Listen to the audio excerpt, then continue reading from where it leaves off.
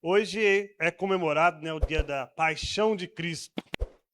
E eu morei na cidade de Pirapora do Bom Jesus, que é a terceira maior cidade no sentido de religiosidade.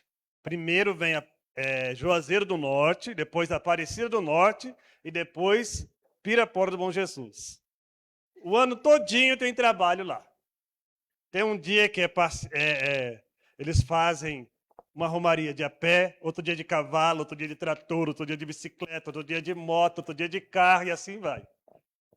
É uma espiritualidade, infelizmente, que não serve para nós. E visitando a igreja lá do centro de Pirapora, não sei se vocês visitaram, se tiveram essa curiosidade, é que tem pessoas que, por estar no caminho do Senhor, ele tem um certo receio, né? Aí eu entrei lá na igreja católica e vi um Jesus numa espécie de uma redoma de vidro, deitado. E eu olhei aquilo ali e concluí: esse Jesus aí não é meu Jesus, não. Esse aqui está morto, esse aqui não respira, esse aqui não fala, esse aqui não anda, esse aqui não faz nada. O meu Jesus faz tanta coisa, irmãos. Ele está vivo, ele ressuscitou. Aquilo, obviamente, é meramente uma lembrança, né? Uma ilustração, pode dizer assim, uma representação, mas nós temos que ter a consciência do Jesus vivo. É assim que aprendemos com Deus e é assim que vamos seguir nessa caminhada. Vamos ler um texto bíblico no evangelho que escreveu João, capítulo 3.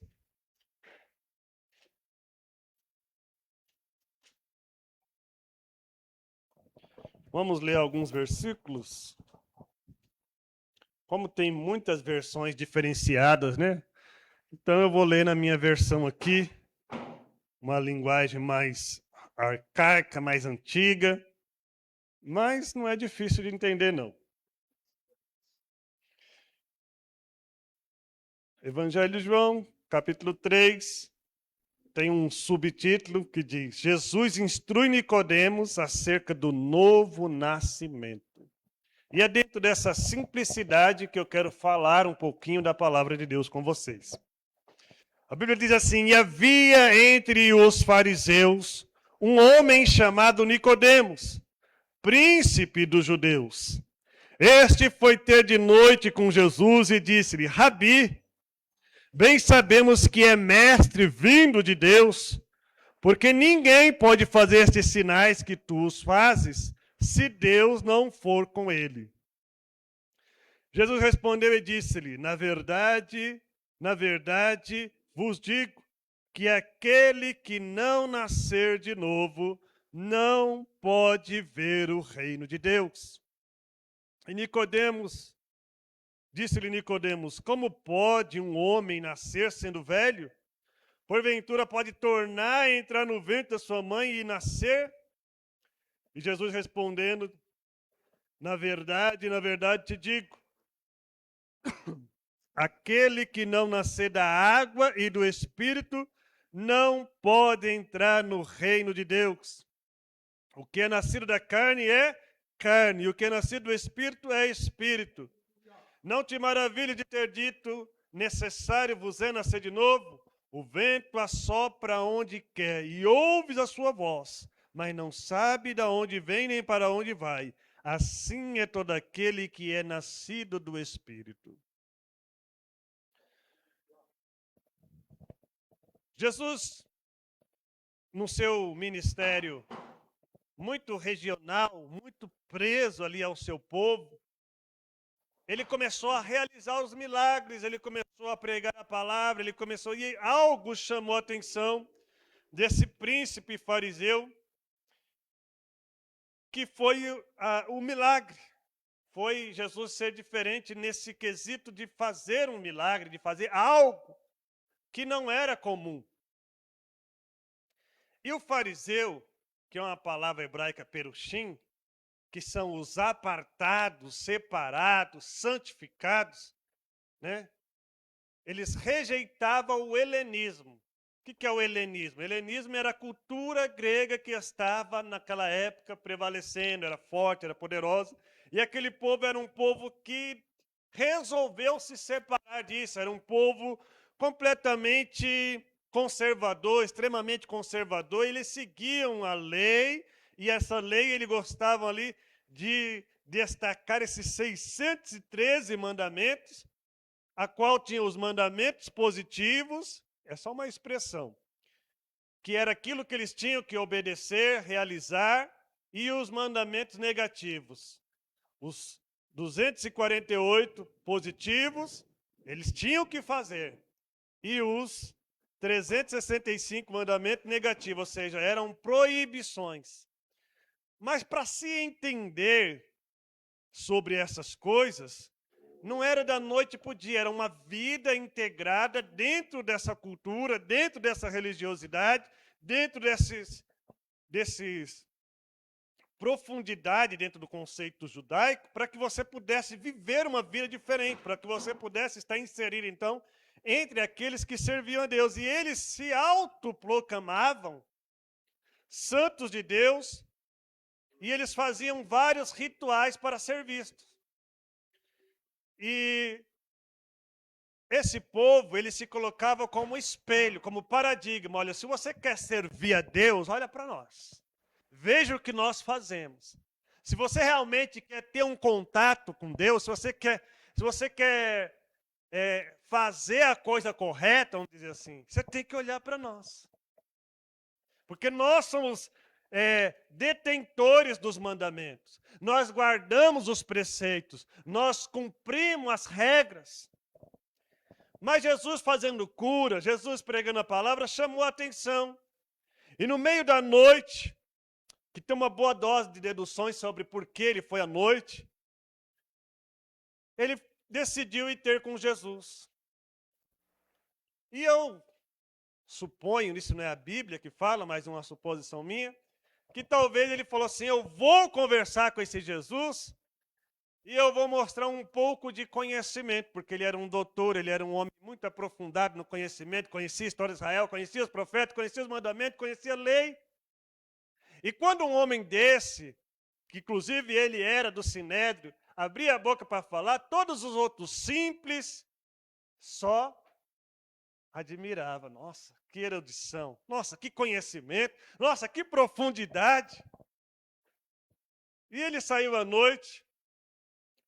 A Bíblia não vai dar detalhes, mas nós vamos para o nosso imaginário, e talvez a mulher dele falou, onde você vai essa hora? Escurecendo. Eu vou falar com Jesus. E ele chegou ali até entusiasmado, e foi até Jesus e disse, Rabi, ou mestre, bem sabemos que é mestre vindo de Deus, porque ninguém pode fazer sinais que tu fazes se Deus não for com ele. Mas, diferente de nós, quando conversamos com alguém, uma autoridade, alguém muito instruído, alguém de uma certa posição, nós fazemos umas voltas, né? Tentamos conquistar, tentamos falar uma palavra assim, que meio de convencimento. E Jesus foi muito direto. Jesus foi seco. Jesus não fez rodeio.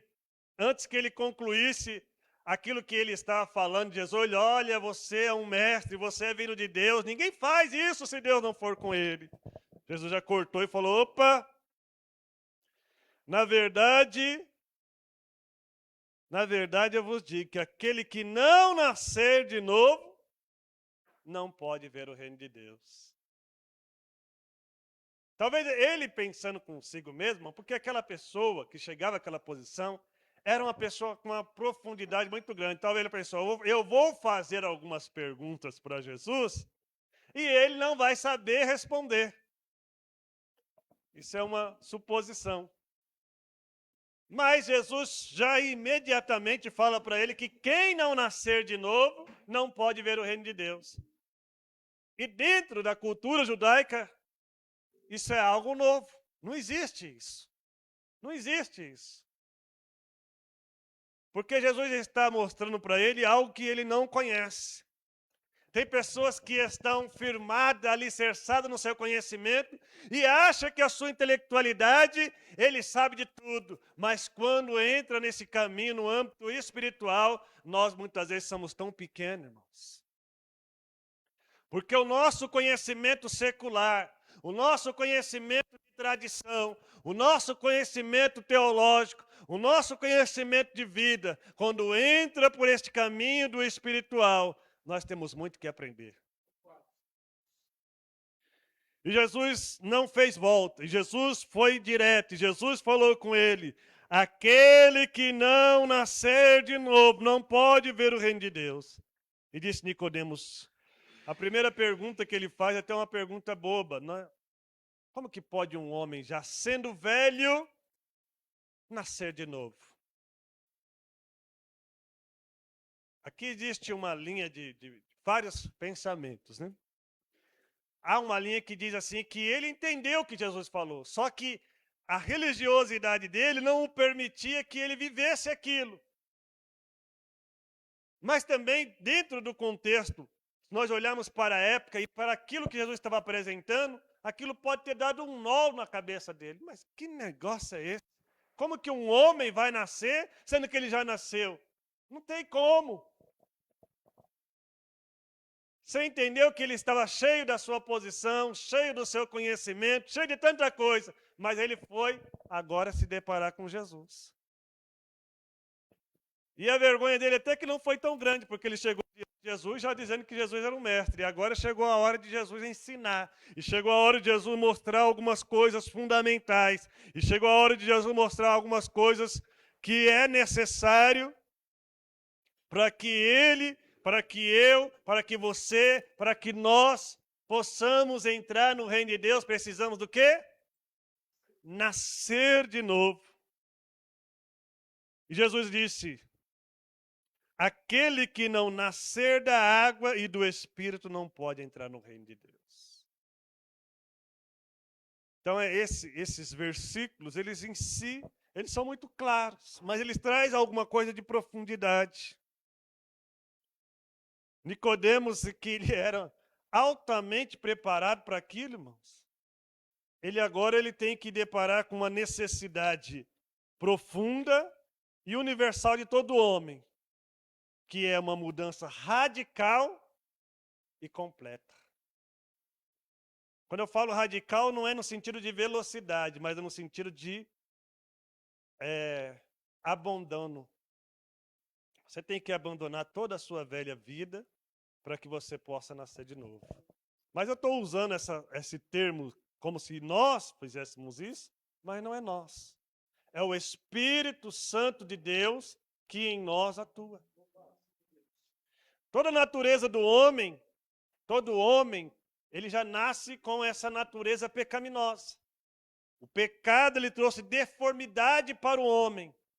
E agora este homem, herdando a herança dessa deformação, isso vai refletir na sua conduta, a sua forma de agir, a sua forma de pensar, a sua forma de se relacionar. Tem uma palavrinha grega que é epistrofé. Significa conversão. Epistrofé. É mudança de direção. Nós, quando não conhecíamos a palavra de Deus, nós andava neste sentido. Quando nós conhecemos a palavra de Deus, nós fazemos um retorno e passamos a andar em sentido contrário.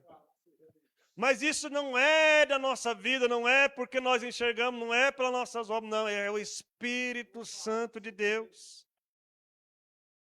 Ele fica intrigado com isso, talvez sabendo, conforme algumas opiniões, a resposta, mas a pergunta é: como que eu vou nascer de novo? E ele pensou até no ventre da mãe, mas o ventre da mãe não pode produzir nada a não ser uma pessoa comum, a não ser aquilo que é um homem natural. Jesus disse que alguém que nascer da água e do Espírito, que não nascer da água e do Espírito, ele não pode entrar. E esta água, que também existe opiniões diversas, mas ela representa a palavra de Deus. Ela representa a efetividade da ação da palavra de Deus, aonde vai convencendo, aonde vai arrancando as arestas, aonde vai endireitando o caminho, aonde vai trazer para você algo que naturalmente você não encontraria, mas é a palavra de Deus que vai penetrando os corações. Ela é uma semente. E quando ela encontra corações abertos, ela vai germinar. E a Bíblia vai falar sobre sementes que caem em terras diferentes. Há pessoas que, quando ouvem a palavra de Deus, ela logo se entusiasma, ela logo quer fazer muitas coisas, mas não tem profundidade, vem o sol e seca. Tem uns que nem chega a crescer, porque um pássaro, representado na passagem de Jesus, disse que vai lá e come a semente. É aquela pessoa que você está evangelizando e fala da palavra de Deus para ela, e fala de Jesus, ela ouve, e antes da palavra produzir efeito, vem aquele pessoa maligna e fala: rapaz, você vai para a igreja? Igreja é lugar de ladrão. Todo pastor rouba. Todos os irmãos são isso e aquilo outro. E aí logo aquela semente não vai produzir nada. Infelizmente, existem muitas pessoas que ouvem a palavra de Deus, mas a palavra de Deus não entra no seu coração para produzir aquilo que é necessário. Ele fica se perguntando, né, como alguém poderia nascer de novo? E isso nos leva a uma reflexão de que a mais alta elevada religião, com todos os seus preceitos, não foi capaz de trazer luz e vida. E toda religião que não traz nova vida é uma religião falsa. Que não transforma o homem é uma religião falsa. A religiosidade muitas vezes mascara a vida de muitas pessoas. Porque através da religiosidade você pode se desvencilhar, pode abandonar velhos hábitos que você praticava, até vícios. E a aparência também vai fazer com que aquela pessoa pareça uma pessoa transformada, mas no íntimo é a mesma pessoa. No íntimo é o mesmo pecador. No íntimo é as mesmas pessoas com os mesmos problemas que precisa ter um encontro com Deus. Essas religiões, que são diversas, todas elas têm uma proposta de mudança para o homem. Mas, diferente de tudo isso, Jesus não tem uma mera mudança para mim e para você. Jesus tem uma nova vida. Nascer de novo é diferente de ser um mero reformado. Uma pessoa que, muitas vezes, a aparência engana. Você pega um morador de rua hoje e leva ele para um lugar e corta o cabelo, corta a barba, dá um banho nele, dá uma roupa bonita para ele e coloca ele entre outras pessoas, e aquela pessoa não pensa que ele é um morador de rua, não pensa que ele é um viciado. Mas não foi o corte de cabelo, não foi o corte da barba, não foi o banho, não foi a roupa nova, porque dentro dele ele ainda é a mesma pessoa sedenta por uso de droga, que vai sair daquele meio e vai correr atrás daquilo que é o seu vício, que o consome, que o destrói. Porque a aparência não faz a pessoa.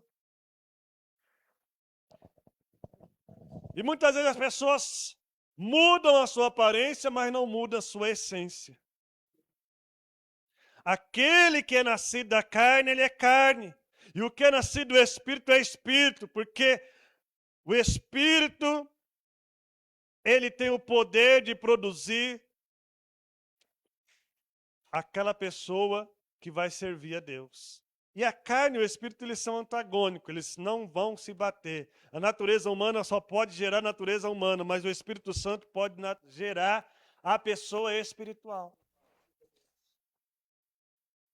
João 6, 16, 8, sempre vou lembrar desse versículo, que diz que ele convencerá o homem do pecado e do juízo. Nós precisamos ser convencidos por Deus. Não existe uma transformação, irmãos, meramente por agremiação. Eu vou lá, eu achei bonito. Existem muitos simpatizantes do Evangelho, né? Existem pessoas que cantam, que se emocionam, que choram. Mas o que Deus quer realmente de nós é um novo nascimento. A água fazia parte do contexto de Nicodemos. Tinha um ritual lá que era o ritual de purificação. Mas a água que nós tratamos aqui, ela vai muito mais além do que isso. É a água que é a palavra de Deus. Em Tiago 1,18 diz, segundo a sua vontade, ele nos gerou pela palavra da verdade, para que fôssemos como primícias da sua criatura. E Tito 3,5 vai dizer, não pelas obras da justiça que houvéssemos feito, mas segundo as suas misericórdias nos salvou pela palavra da regeneração e da renovação do Espírito Santo. João 15,3 diz, vós já estáis limpo pela palavra que vos tenho falado. A água aqui é a representação de simbolismo. O Espírito Santo de Deus é o que vai fazer a mudança. Mas para o Espírito Santo de Deus fazer a mudança, tem que ter também a palavra de Deus. Nicodemos, não é rituais, não é preceito, não é liturgia. É Deus operando através do Espírito Santo de Deus. O vento assopra onde quer. E muitas vezes nós não imaginamos aonde ele pode soprar. E ele sopra em lugares que nós não acreditamos, mas Deus age assim. A mudança de Deus é assim. Deus, ele não simplesmente escolhe algumas pessoas dentro de um padrão. Deus escolhe todos segundo o seu amor.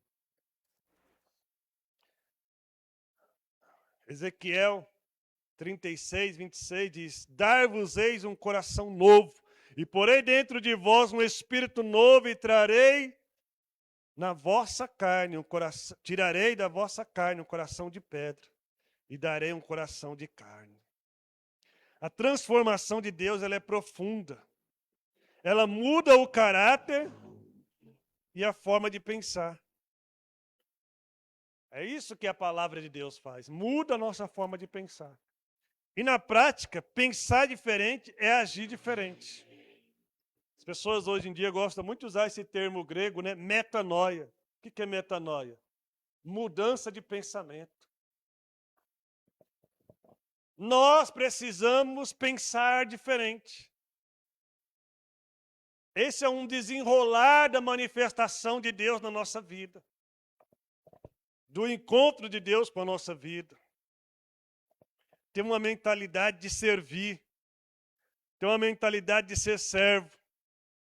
Eu, muitas vezes, tenho dó das pessoas que são iludidas em alguns ambientes que não se prega a palavra e convencionalmente diz para essas pessoas, você é um príncipe, Deus vai fazer isso por você, vai fazer aquilo outro por você, e eu sei muito bem o que é monarquia.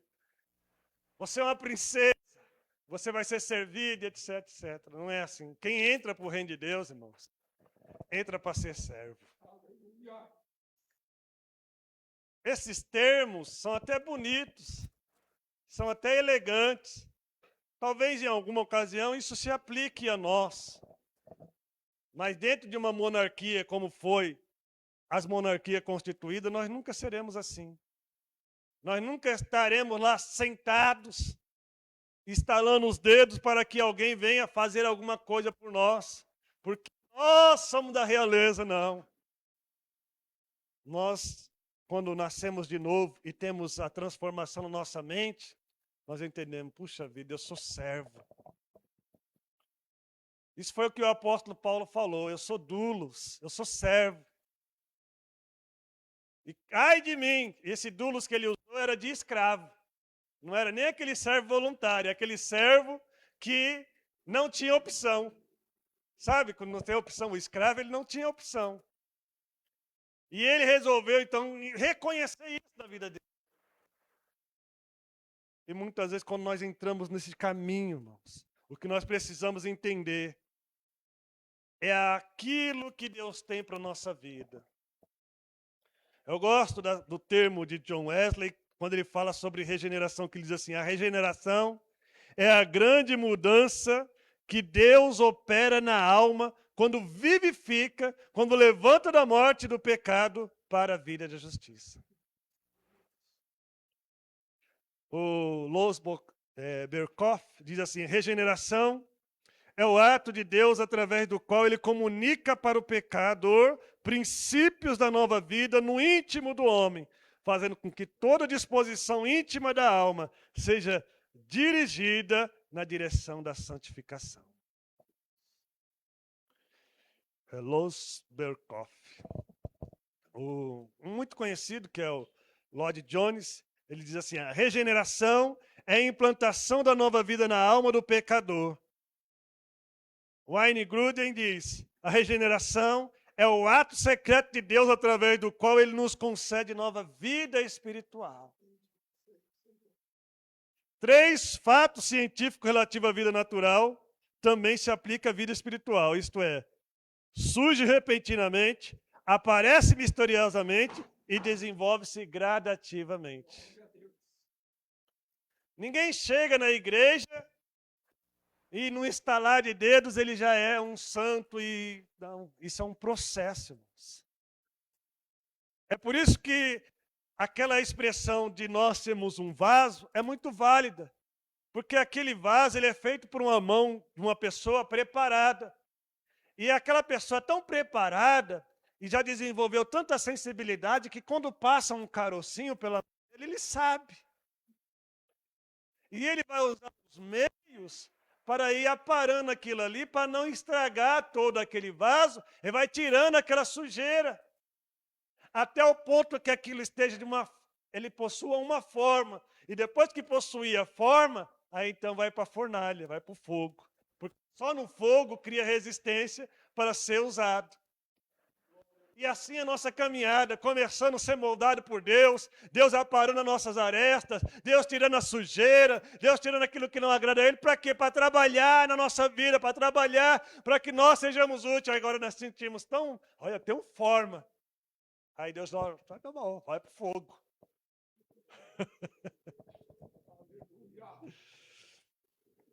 Eu tenho forma, irmão, a forma que nós temos, nós não podemos nos conformar com este mundo. Foi uma das palavras que falaram aqui, né? Pegar o molde do mundo. O resultado de uma vida transformada é quando Deus transforma os nossos desejos e os nossos propósitos. Porque tem muitas pessoas que eles têm Bíblia de crente, cabelo de crente, fala como crente, anda como crente, frequenta a igreja, mas não é crente. Porque o seu desejo é um desejo pecaminoso, é um desejo mundano, é um desejo que não foi liberto. O seu propósito é um propósito dentro dos critérios daquele que não conhece a Deus. Você já conversou com uma pessoa que não é servo de Deus e ele fala, né, parece que é um sonho de todo brasileiro ganhar na loteria? E aí quando você conversa com essa pessoa, ela fala, eu queria fazer isso, eu ia fazer aquilo. E você não vai ver nos planos dela, nenhum momento, colocar Deus. Colocar Cristo. Ajudar alguém. Ele até quer ajudar, e alguns falam em ajudar a sua família. Mas Deus, nessa agenda, não cabe. Cabe divertimento, cabe tantas coisas, mas não cabe Deus. Por quê? Porque isso é uma pessoa que tem um propósito, mas não é convertida, irmãos. Os propósitos dela não vai bater. Você quer saber quando Deus transforma a pessoa? Eu vou falar só 3 áreas para você, bem resumido. Sinal de nova vida, de encontro com Deus, daquele que nasceu de novo. 3 áreas. Primeira área da vida que ele vai mostrar que ele realmente nasceu de novo. Quando ele tem um relacionamento com Deus, ou seja, o seu relacionamento com Deus. Como era o seu relacionamento com Deus antes de você encontrar com Cristo? Você desprezava a palavra de Deus. Você não queria frequentar culto ou qualquer trabalho religioso. Você não se preocupava com nada que era de Deus e, pelo contrário, você era rebelde. E quando alguém falava de Deus para você, você endurecia o seu coração e não queria saber de nada. Você era avesso a Deus, você era inimigo de Deus. Você preferia aborrecer a Deus e viver a sua vida. Não é assim? Vou contar um segredinho para vocês aqui. Meu pai, um obreiro, fazia culto em casa. Era o chamado culto no lar. E eu sempre dava um jeito de pular a janela e ir embora. Sabe por quê, irmãos? Porque quando você não teve a mudança, a conversão, a nova vida, o nascer de novo, você não quer Deus. Se falar de Deus para você, muitas vezes é aborrecedor. Porque falar de Deus gera responsabilidade. Você não quer prestar conta para ninguém, você quer ser livre, você quer mandar na sua vida, você quer ir por onde você desejar, aonde te der na cabeça, isso para você é liberdade, mas isso é um deslize, porque a Bíblia diz que há caminhos que parecem direito para o homem, mas o final é morte. E quando a pessoa encontra com Deus, quando a pessoa nasce de novo, irmãos, espera aí, eu vou comprar um teclado, não, mas vou perguntar para Deus se Ele quer que eu compre mesmo. Olha a mudança. Olha como é o comportamento. Não, eu vou. Mas será que Deus vai se agradar disso? Você começa a amar a Deus, você começa a se preocupar em fazer a vontade de Deus, você quer louvar a Deus, você quer adorar a Deus, você quer honrar a Deus, você quer respeitar a vontade de Deus. Você não quer mais simplesmente fazer as coisas que você fazia. Você tem uma preocupação. Isso é a metanoia, o seu pensamento mudou. Antes você se achava livre, mas agora você tem o prazer de se submeter à vontade de Deus e aquilo que você está ali pensando. Mas isso vai agradar a Deus? Isso é um sinal do convertido, do nascido de novo. Até dispensa falarmos mais quando a pessoa que está na igreja muitas vezes há anos e não se preocupa com a vontade de Deus.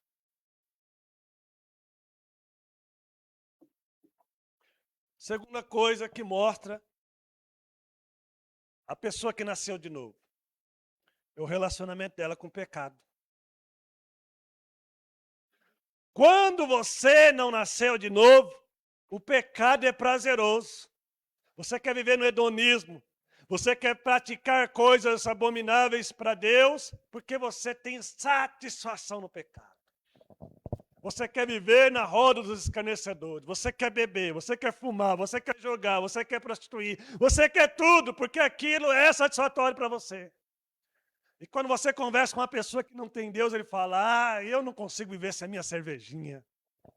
Eu não consigo viver sem tal coisa, sem isso, sem aquilo outro. Porque aquilo é para ele uma coisa satisfatória. Se você sentar na roda de pessoas que não servem a Deus, muitas dessas rodas eles vão comentar, olha, ontem eu bebi X quantidade, X litros de bebida, de cerveja, de conhaque, etc, etc, etc. Por que eles falam isso? Porque ele tem prazer. Quando você nasce de novo, o pecado que você cometia, você não tem mais prazer. Quando a pessoa nasce de novo, irmão, que ele peca, irmão, bate uma tristeza, bate uma angústia. Ele fica pensando, mas Deus, por que eu fiz isso? Me perdoa. Porque o pecado na vida de quem é nascido de novo, ele é um erro de percurso.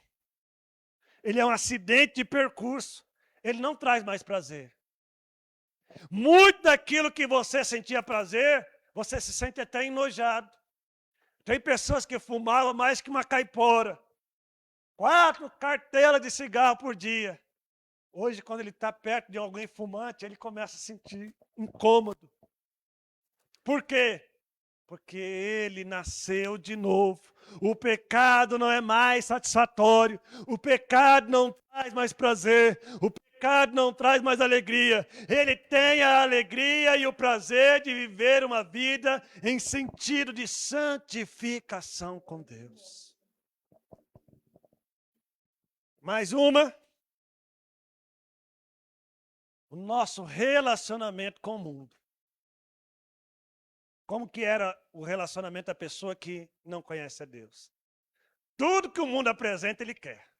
Todos os modismos, todos os linguajar, todas as músicas, eu quero dançar, eu quero viver os ritmos, eu quero seguir o curso do mundo.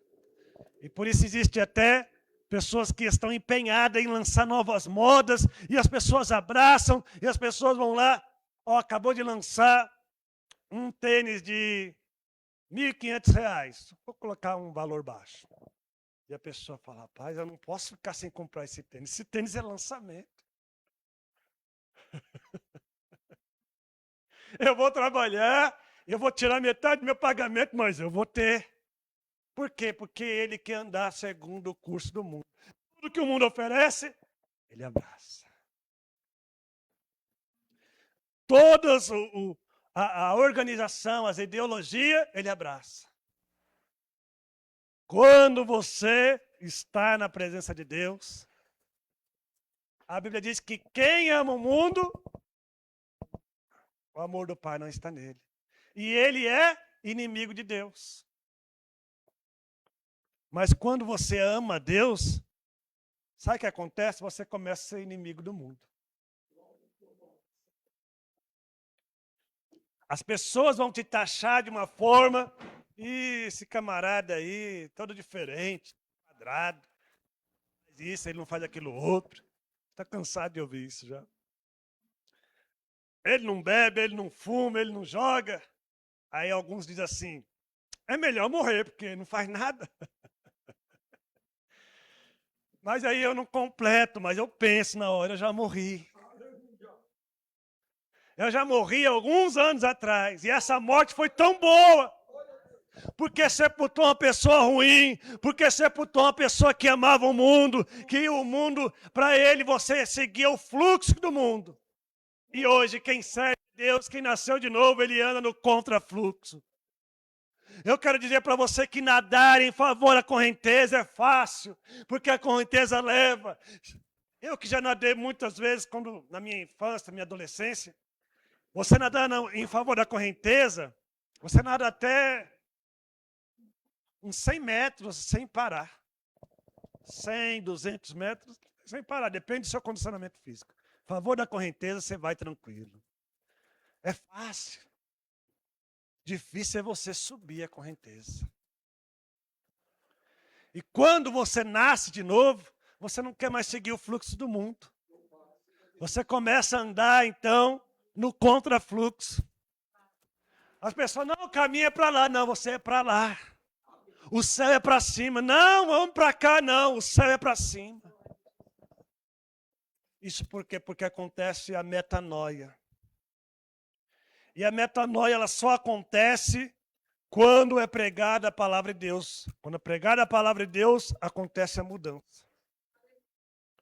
Lamentavelmente, hoje toda esquina tem uma igreja.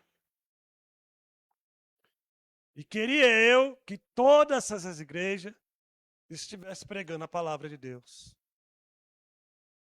Mas não é isso que eu posso afirmar. E não falo isso como se fosse um partido. Não, nós somos os melhores, eles são os piores. Não é isso. Do fundo do meu coração, eu queria que cada igreja nessas esquinas pregasse a palavra de Deus e a palavra de Deus fosse eficaz e convertesse as pessoas. Alguns anos atrás, dentro de uma seriedade maior no cristianismo, quando se abria uma igreja em um lugar violento, num lugar de alto índice de criminalidade, abria-se uma igrejinha com pessoas simples. E estatisticamente o crime diminuía, a prostituição acabava. Por quê? Porque quando a pessoa ouve a palavra de Deus, é convencida pelo Espírito Santo E a mudança de mente, automaticamente ela sai daquele mundo de pecado e passa a viver uma vida diferente.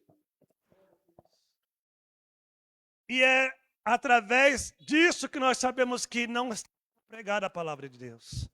Porque hoje existe um volume muito grande de igrejas, mas as pessoas não têm mudança. O crime não diminui. Assassinato não diminui. Pessoas que moram na rua não diminuem, e etc, etc. Por quê? Porque as pessoas vivem, você não vai ouvir muito falar sobre isso. É poucas vezes que eu comecei a usar esse termo para explicar algumas coisas, é o neocatolicismo. Sabe o que é o neocatolicismo? É aquela pessoa que saiu da igreja católica, mas ele nunca teve uma transformação, ele nunca nasceu de novo. E ele vai para uma outra igreja para viver meramente uma religiosidade. Ele só troca alguns preceitos por outros, mas ele permanece na religiosidade vazia, na religiosidade obscura, na religiosidade que não produz nada, porque ele mudou de igreja, mas não mudou o seu pensamento, não mudou o seu coração. E por que eu trouxe isso? Porque Nicodemos, ele era uma pessoa religiosa. Ele era uma pessoa preparada, ele era uma pessoa intelectual, ele era uma pessoa que se você chegasse nele e fizesse uma pergunta, ele ia responder com muita sabedoria. Você sairia dali surpreendido, você sairia dali talvez edificado dentro daquele conceito. Mas Jesus falou para ele, olha, religiosidade sem novo nascimento não vai ver o reino de Deus. E existe esse contraste em que muitas vezes as pessoas vêm para a igreja e são até religiosas e trabalham, dizem, fala, pastor, eu quero trabalhar, e aquela pessoa trabalha, e aquela pessoa é ativa, mas o coração dela nunca mudou. O pensamento dela nunca mudou. Por quê? Porque não nasceu de novo. E quem não nasce de novo, não é eu que estou dizendo, é Jesus. Ele não pode ver o reino de Deus. Ah, irmão, mas eu sou um obreiro, eu sou uma obreira. Não importa o que você é, o importante é que você nasça de novo. Porque naquele dia alguns vão dizer, Senhor, em teu nome eu expulsei demônio. Senhor, em teu nome eu curei enfermos. Senhor, em teu nome eu fiz isso, aquilo, outro. E a palavra fala, eu não te conheço. Apartai-vos de mim, maldito. Porque nunca teve uma transformação, nunca foi íntimo de Deus, nunca viveu o verdadeiro evangelho. Era meramente uma pessoa religiosa.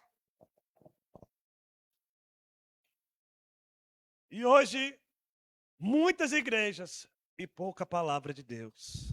Antes tinha palavra de Deus e poucas igrejas. Agora tem muitas igrejas e pouca palavra. E quando não se prega a palavra de Deus, as pessoas permanecem a mesma. Quando não há confronto, as pessoas permanecem a mesma.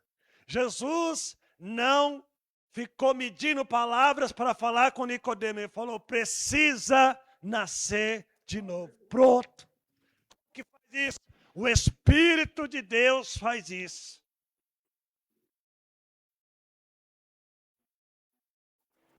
E tem tantas pessoas que precisam ter um encontro com a palavra de Deus, ser mudada pela palavra de Deus.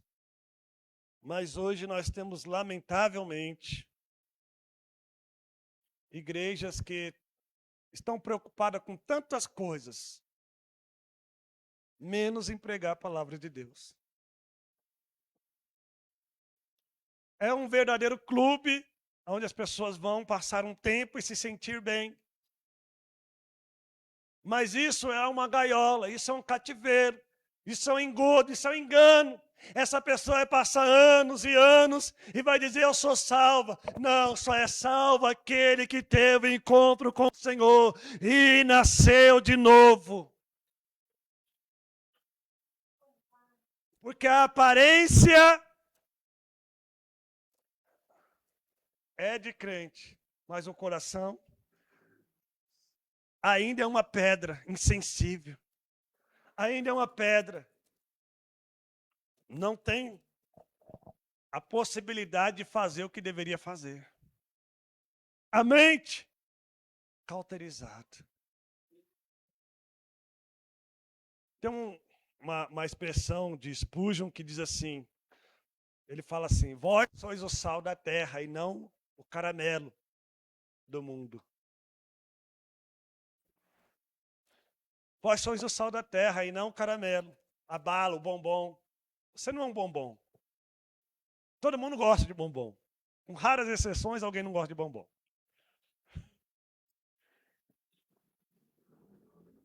Mas você é o sal. O sal, ele tem várias propriedades, e entre elas é de temperar. E entre elas, a de preservar. E Deus te chamou para ser sal. Mas existe uma frase de Spurgeon que é praticamente uma profecia, irmãos. E eu fico triste com isso. Que ele diz assim, que chegaria um tempo em que nós não teríamos mais pastores apacentando ovelhas. Mas sabe o que nós teríamos? Palhaços entretendo bodes. E é o que nós vemos. Palhaços entretendo bodes, porque o bode é o contrário da ovelha. O bode é rebelde, o bode é bravo, o bode faz tanta coisa. Mas enquanto não houver o confronto, enquanto não houver a palavra de Deus, essas pessoas não vão poder enxergar a luz. Nicodemos, ele achou que ia ter um diálogo com Jesus, que ele surpreenderia Jesus, mas ele foi surpreendido.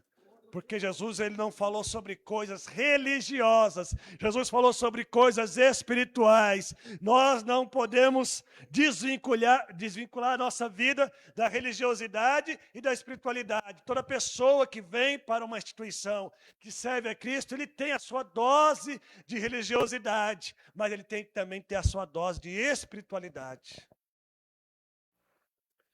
Porque um religioso que não tem espiritualidade, ele vai cair no caminho do farisaísmo. E por que eu estou falando no caminho do farisaísmo? Se o farisaísmo tinha tantas qualidades boas, mas também ele tinha a capacidade de auto se proclamar como paradigma daqueles que servem a Deus. E quem estava fora daquele paradigma, quem estava fora daquele modelo, não servia para nada. Tanto é que Jesus faz uma ilustração de uma oração, onde ele aponta o fariseu dizendo, eu não sou como esse pecador, jejum, dou o dízimo, etc. Por quê? Porque ele quer medir a espiritualidade dele por aquilo que ele faz, mas aquilo não é espiritualidade, aquilo é religiosidade. E a religiosidade, se não tiver comprometimento com Deus, intimidade e espiritualidade, ela vai ser uma religiosidade vazia. Depois de ficar um pouco mais maduro, eu comecei a ter um certo receio de encontrar pessoas religiosas, porque já encontrei muitos na minha vida. E eu me desvio. Porque o religioso, irmãos, eu não sei, ele tem uma capacidade de querer avaliar os outros, né? E quando você vai conversar com ele, ele já chega em você falando, você viu fulano de tal? Você viu a barba do Melks? Não está toda preta, já está ficando branca. E a pessoa já vem com esse negócio, irmãos. E você que já está uma caminhada no evangelho, você não quer mais saber disso. Você não quer saber do cabelo do irmão, da barba do irmão, da calça do irmão. Você quer saber se todos nós estamos no propósito de agradar a Deus, de servir a Deus, de honrar a Deus, ter um coração entregue ao Senhor. Mas o religioso, ele vê isso, porque isso está dentro do seu paradigma, daquilo que ele tem como modelo, daquilo que ele tem como moralidade, daquilo que ele tem como preciosidade. Então ele quer que todo mundo ande segundo os seus preceitos, porque ele entende que aquele preceito é o mais elevado. E se alguém entrar nesse preceito elevado, então está agradando a Deus. E aquele que agrada a Deus é um coração quebrantado e contrito, e alguém que verdadeiramente entregou a sua vida, morreu para as paixões do mundo, e agora está disposto a andar e viver em novidade de vida.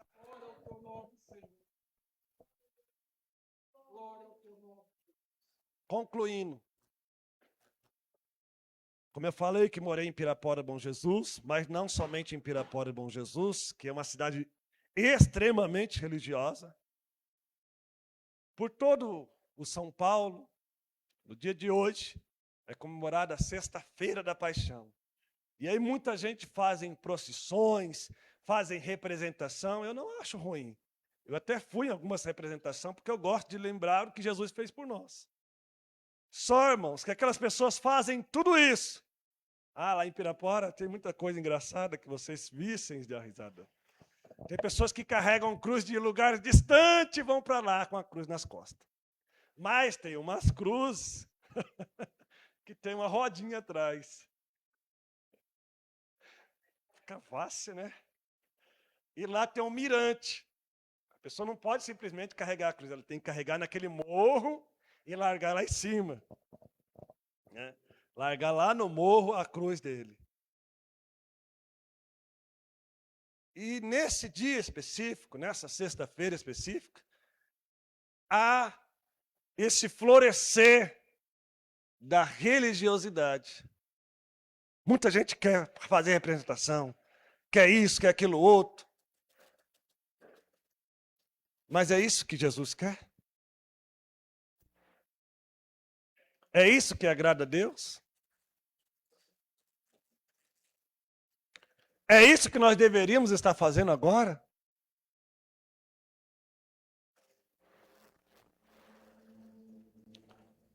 Demonstrar a nossa religiosidade? Ou viver como nascido de novo?